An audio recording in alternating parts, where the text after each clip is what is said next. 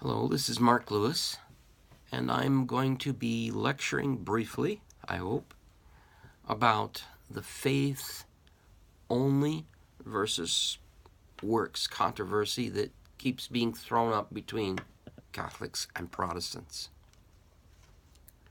Now, may the Lord bless you. May the Lord bless you in this, and may I not do you any harm.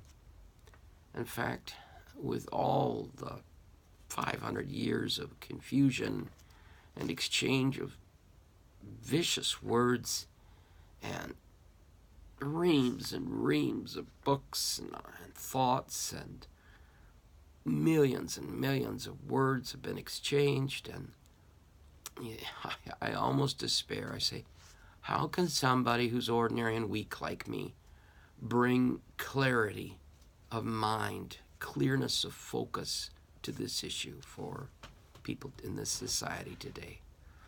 And so may the Lord bless you and help you, and may He give us wisdom together, and may He make this teaching a blessing. So what I'm thinking about doing is trying to answer, I came up with about 7 questions.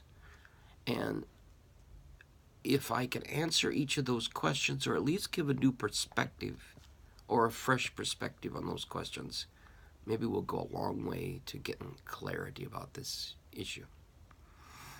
First off, I want to give some historical perspective. How did this conflict come up, this issue? Well, historically, it originated with Luther in the 1500s. And I'll just give a brief, high-level view of him and what he struggled with. He was a monk who was a young monk, and he was troubled in his conscience quite severely. And he was very fearful of going to hell, fearful of purgatory, because basically he saw in the background a God who was not exactly for him, but a God who was against him. And he feared and was in continuous dread of that God. So he's between a rock and a hard place. And he had made vows to this God and to the church. He was Catholic, of course.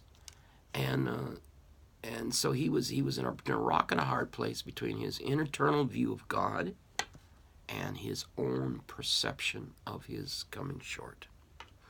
And one day he was agonizing about these things and came across a scripture from Paul, from Romans, I believe, that just all of a sudden light came into his soul, and he had a near conversion experience, it would seem, where all of a sudden he realized God has let me off the hook. He's provided another way for me to become righteous other than my own efforts and my own work.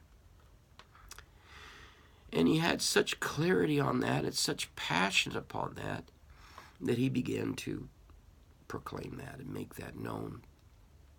But it wasn't quite the way the Catholic Church had traditionally taught.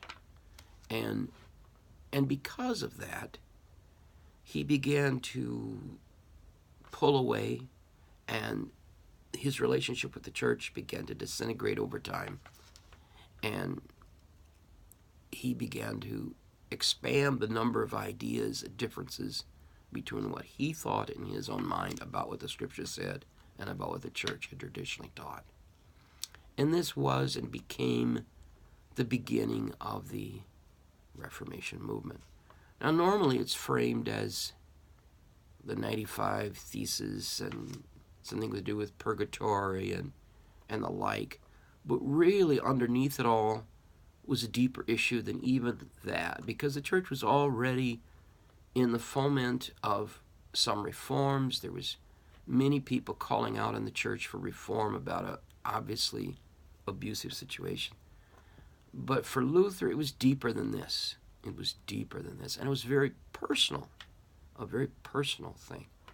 And it was something that he really felt very passionate about. And that was really what got Luther in trouble.